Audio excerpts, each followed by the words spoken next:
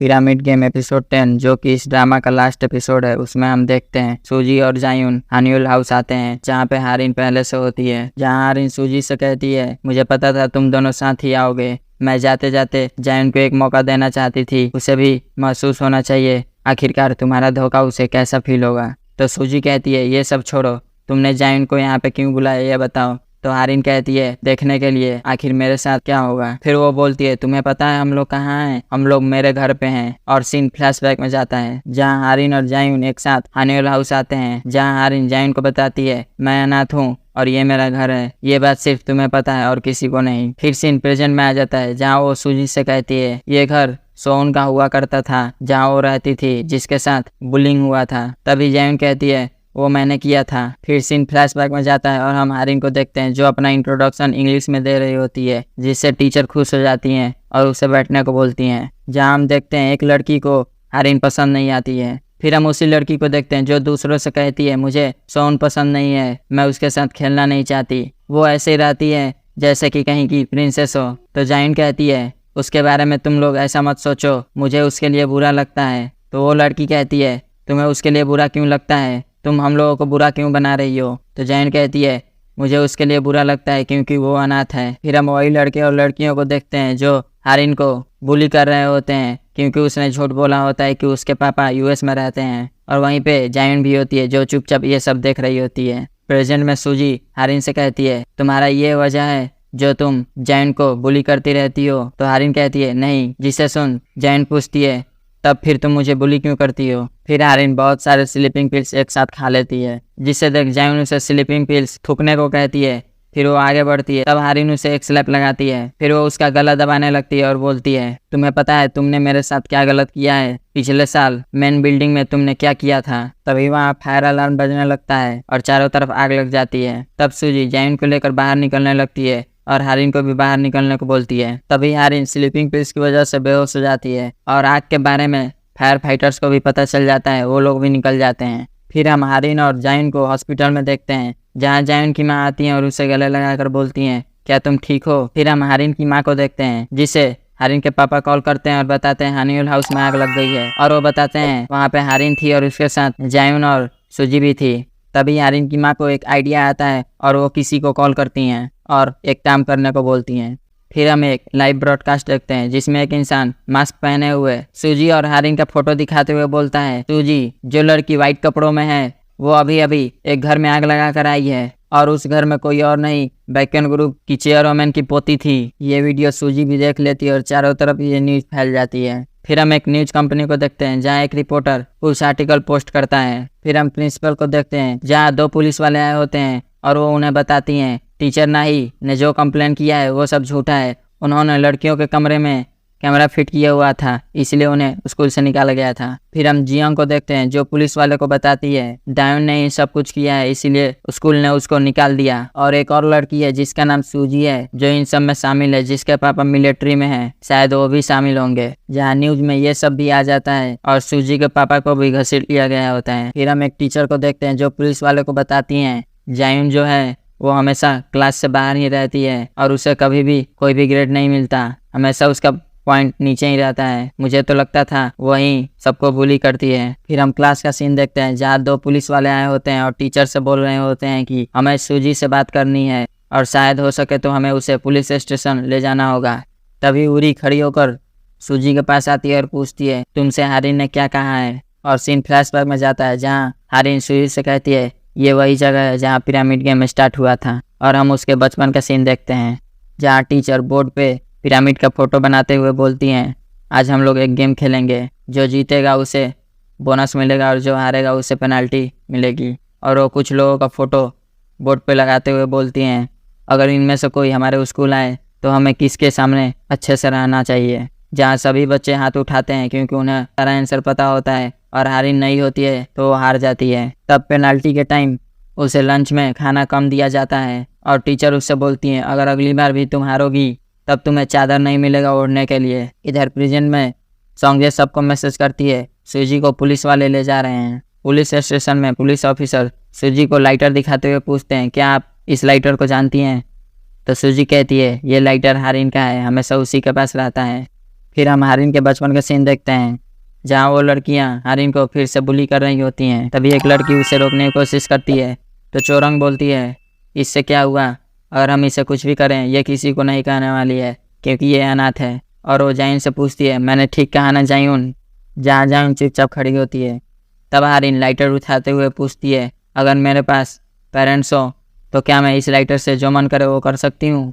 फिर हारिन दो टीचर्स को बात करते हुए सुनती है कि बक्योंग ग्रुप के बेटा और बहू हमारे स्कूल में आने वाले हैं और वो एक लड़की को अडॉप्ट भी करेंगे। फिर हम देखते हैं हारिन स्टेज पे परफॉर्मेंस दे रही होती है और बक्योंग ग्रुप की चेयरवुमैन उसे देखकर खुश होती हैं और वो उसे अडॉप्ट कर लेती हैं।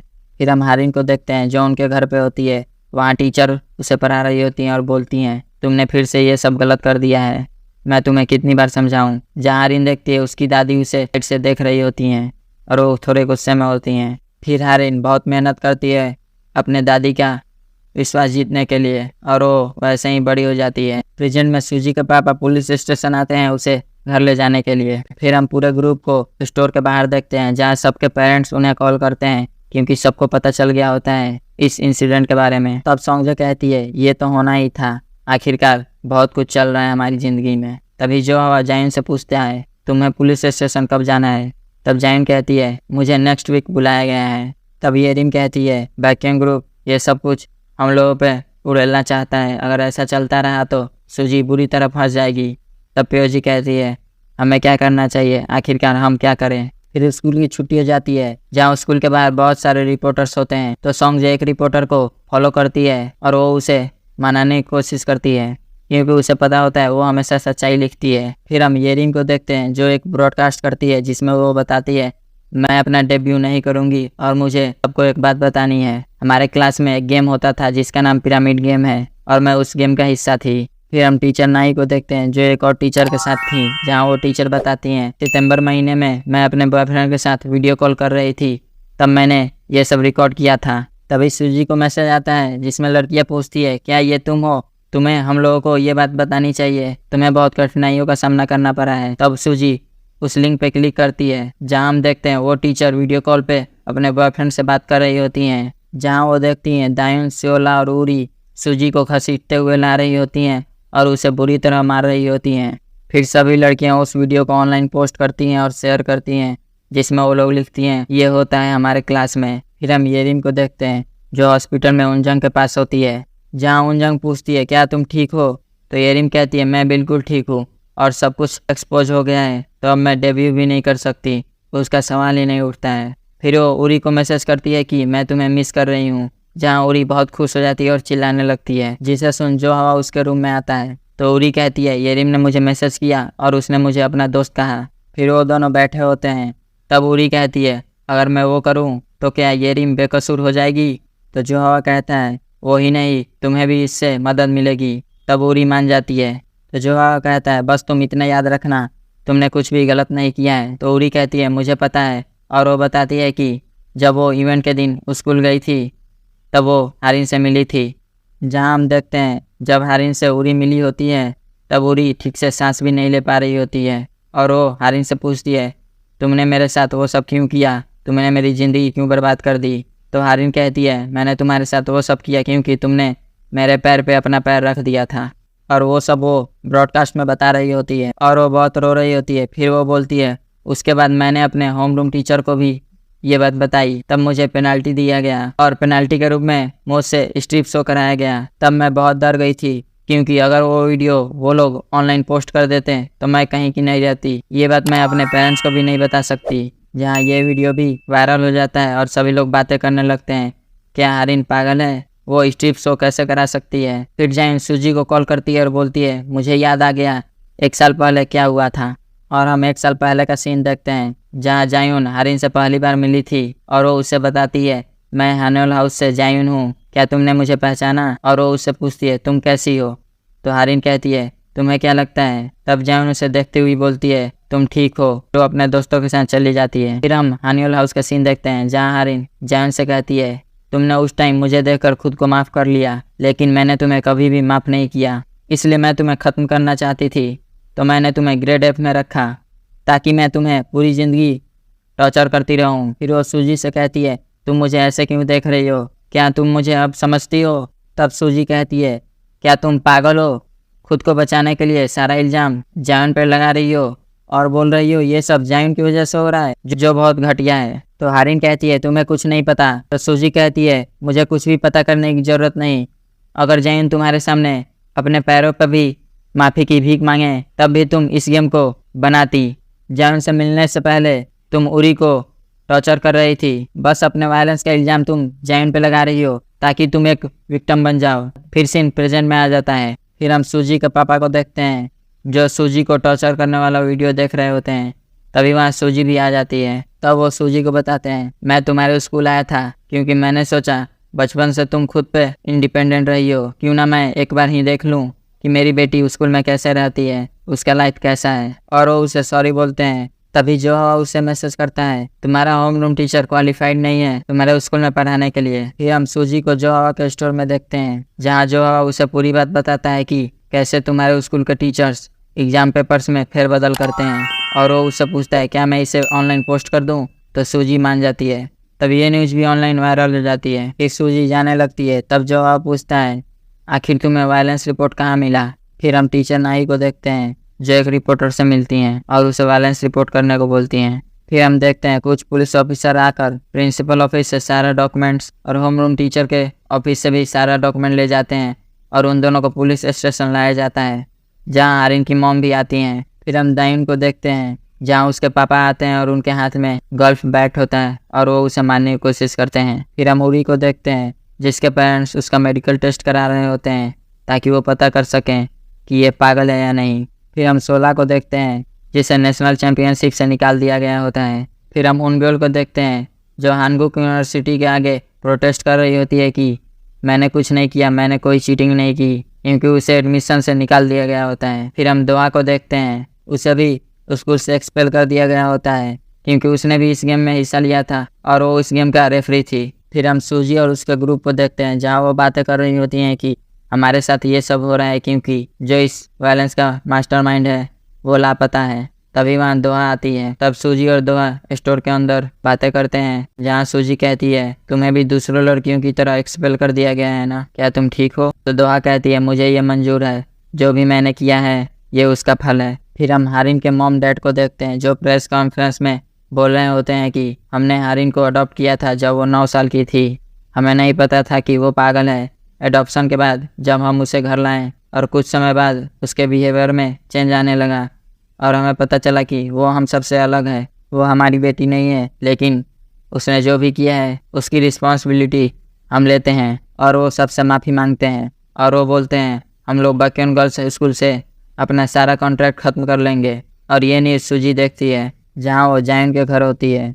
फिर वो जैन से पूछती है, क्या तुम्हें पता है हारिन ने इतना सब क्यों किया? तो जैन कहती है, मुझे ये नहीं पता, लेकिन मुझे अपनी गलतियाँ पता है, मुझे उन्हें रोकना चाहिए था। फिर हम एक हॉस्पिटल का सीन देखते हैं जहाँ पे हारिन को होश आता है। फिर हम नेक्स्ट डे का सीन देखते हैं जहाँ सूजी जा रही होती है। तभी 2 लड़कियाँ एक लड़की को ज़बरदस्ती कहीं ले जा रही होती हैं, जिसे देख पहले सूजी इग्नोर कर देती है और वो सोचती है मैं भी पहले सिर्फ देखा करती थी, मैं भी दूसरों की तरह ही हूँ। लेकिन फिर वो उसके पीछे जाती है और वहाँ जायन भी आ जाती है। फिर वो दोनों उसके पीछे जाने लगते हैं। फिर हम 2 महीने बाद का सीन देखते हैं जहाँ सूजी और उसका ग्रुप स्टोर के बाहर होते हैं और सोंगजे कॉफ़ी लाती है। तब जायन सोंगजे से पूछती है, तुम बहुत बिजी लग रही हो? तो सोंगजे कहती है, हाँ मैं बिल्कुल बिजी हूँ। और वो अपने मोबाइल में कुछ लड़कों के फ़ोटोज़ देखती है और वो खुश हो जाती है। फिर वो जायन से कहती है, तुम फिक्र मत करो, तुम मेरी फेवरेट हो। तो जायन कहती है, मुझे छोड़ो बेशरम, मुझे ये पसंद नहीं है। तब येरिम कहती है, मैंने सुना है हमारे स्कूल का नाम बदलने वाला है। तब सोंगजे कहती है, तुम कॉफ़ी पी रही हो, तुम डाइट पे नहीं हो, मैंने सुना है तुम डेब्यू करने वाली हो, वो भी अगले सप्ताह। फिर सोंगजे कहती है, तुम ठीक हो ना? क्या सब कुछ सही चल रहा है तुम्हारी कंपनी में? तभी प्योजी कहती है, सब कुछ सही है, लेकिन मैंने अभी भी तुम्हारे लिए बैड कमेंट्स देखे हैं। तब येरिम कहती है, ये तो होना ही था। फिर हम नेक्स्ट डे का सीन देखते हैं जहाँ सूजी स्कूल के लिए निकलती है। तब उसके पापा उसे रोकते हुए बोलते हैं, अगर कुछ भी हुआ तो मुझे ज़रूर बताना, सब कुछ खुद पे ही मत रखना। फिर वो सब स्कूल आ जाती हैं जहाँ स्कूल के गेट पे टीचर नाई होती हैं क्योंकि उन्हें फिर से स्कूल में ले लिया गया होता है। तब वो सब उन्हें ग्रीट कर अंदर जाती हैं जहाँ वो सब मस्ती करते हुए अपने क्लास में चली जाती हैं। और उनके स्कूल का भी नाम चेंज हो गया था। अब उनके स्कूल का नाम मीरो हाई स्कूल था। तभी हम एक लड़की को देखते हैं जो दूसरे लड़की से बोलती है, मैंने सुना है आज मीरो ग्रुप की लड़कियां यहाँ पे ट्रांसफ़र होकर आएंगी। तब वो लड़की बोलती है, हाँ मुझे पता है, वो दोनों ट्विंस हैं। जहाँ सूजी उनकी बातें सुनती है। फिर हम टीचर रूम देखते हैं जहाँ हम दो लड़कियों को देखते हैं जिनमें से एक लड़की दूसरे को मैसेज करके पूछती है, क्या तुम्हें पता है हारिन यहाँ कौन सा गेम खेला करती थी? तो दूसरी कहती है वो पिरामिड गेम था। तब वो बोलती है नाम तो मज़ेदार है, क्या हम लोग भी ये गेम खेलना शुरू करें? तब वो मान जाती है। फिर वो दोनों क्लास 5 में आती हैं जहाँ पूरा क्लास उन्हें देखता है और हमारा ये ड्रामा यहीं समाप्त हो जाता है। अगर एक्सप्लेनेशन पसंद आया तो चैनल को सब्सक्राइब और वीडियो को लाइक करें। Thank you. और कमेंट में आप ज़रूर बताएं कि आपको ये ड्रामा कैसा लगा।